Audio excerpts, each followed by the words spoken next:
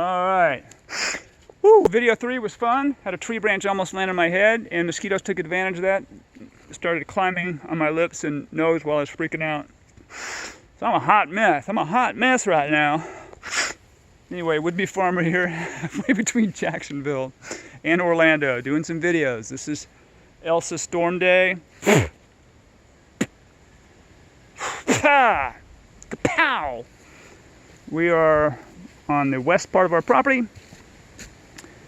and let's take us in closer to the house, see what's going on. All right, see how it looks after one rain band and before the next one.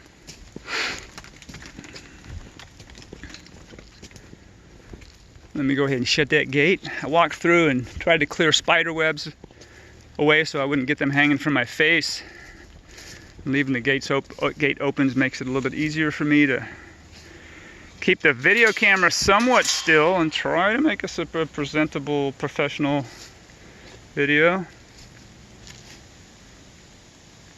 Alright, I would stop and explain everything, but every time I stop, I get attacked by the insects. And that sucks. Insect sucks. Ja! There they are. They're getting me already. I just stopped. A lot of mosquitoes right now. Woo!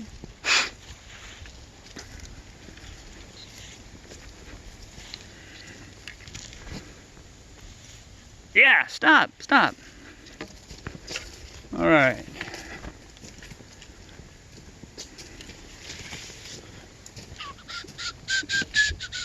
And because we are in a relatively low income county, highly unlikely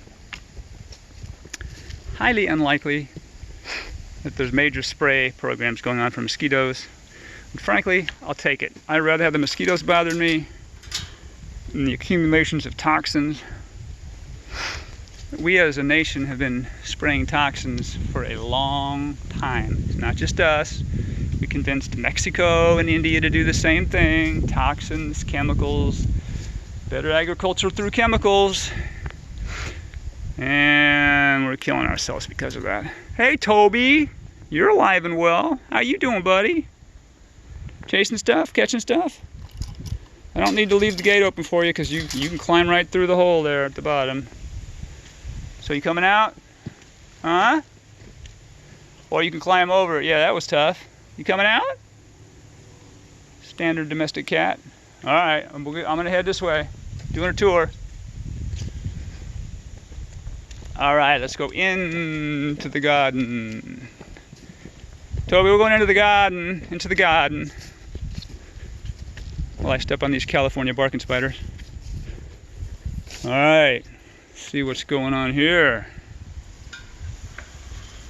Should I shut that? Nah, let's leave that open. Should I shut that? Yeah, let's leave that open.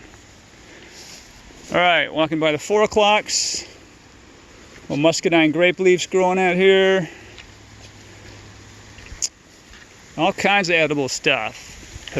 Hibiscus growing over here. Biden's alba. Commonly known as Spanish needle or beggar's tick, some people call it. Spanish needles, beggar's tick. Biden's alba, white flowers. Not the tastiest thing in the world, but it's everywhere. And it's a good addition to salads, especially if you're going to use other leaves that have different flavors. This is kind of bland. You can taste a little bit of wildness in there. It's because it's wild. It's wild. But you can mix it with cranberry hibiscus, Malabar spinach maybe, and it makes for a good wild salad. Well, cranberry hibiscus and Malabar spinach are not natives, so they wouldn't be considered wild. Don't give me a hard time. I've had a lot. Trying to get these mosquitoes out. Mosquitoes are killing me. Yes, I have a vegan diet, but every time I inhale a mosquito and it gets in my system starts breaking it down. I think I'm consuming mosquitoes, hence I'm not vegan at that point, am I? All right, get up. Okay, I had to scratch the camera hand there because they were trying to bite me. Let me close these gates. While I shake the camera around and make it almost impossible to watch.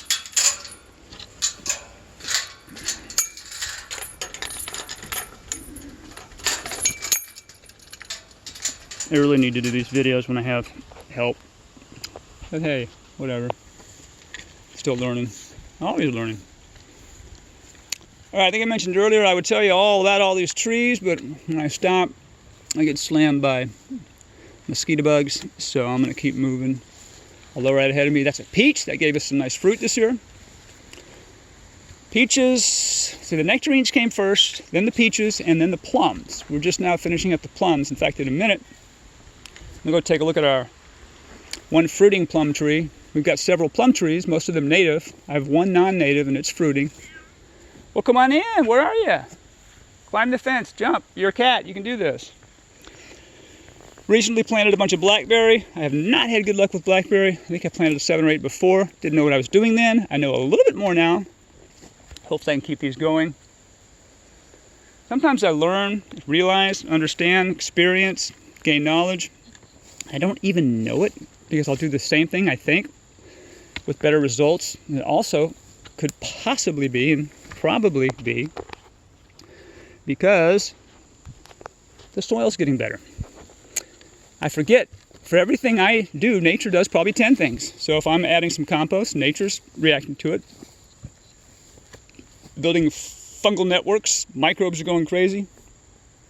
Bacteria, fungi, or fungi, depending on your preference. I go with fungi because fungi and fungus are easier to remember. Do you hear fungi and fungus?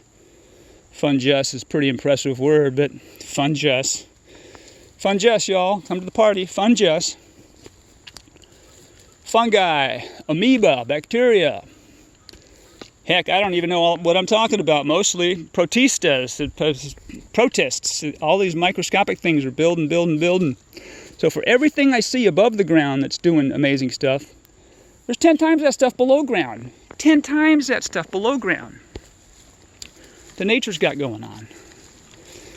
Fungal networks. These trees, here's my plum. These trees are linked by these vast fungal networks that communicate based on chemical signals and chemical levels and what chemicals are exuded by trees. That's carried through the mycelium. The fungal hyphae, part of the mycelium, which is the underground part of the fungus. We see a fruiting fungus here, for example. Am I close to showing that? Where is it?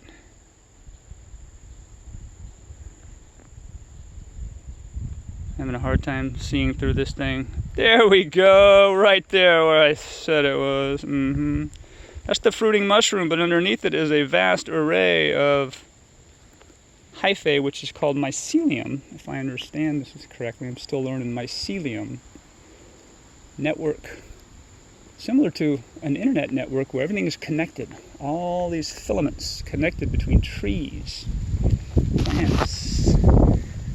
The information is exchanged, and nutrients, chemicals, vitamins, minerals, stuff like that. Just shuttled back and forth. I'm just starting to learn all this stuff, so don't ask too many questions, especially if they're hard questions. But this stuff's amazing to me.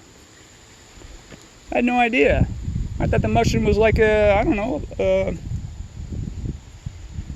just like a mushroom you got to salad bar, just a mushroom. No, this stuff is intricate, it's amazing, it's complex, it's nature. And even the best soil scientists on the planet will tell you when they get those microscopes out and they do their thing, they look down in there, there's so much going on they still don't know. Most microbes that they encounter, they don't know completely what they do. They can't classify most of them anyway. They can't classify a lot of them. They don't know what they are specifically. That's pretty impressive what nature's got going on. So again, for whatever I do, nature's got a whole lot more going on. Speaking of going on, take a break. We'll start another video here shortly.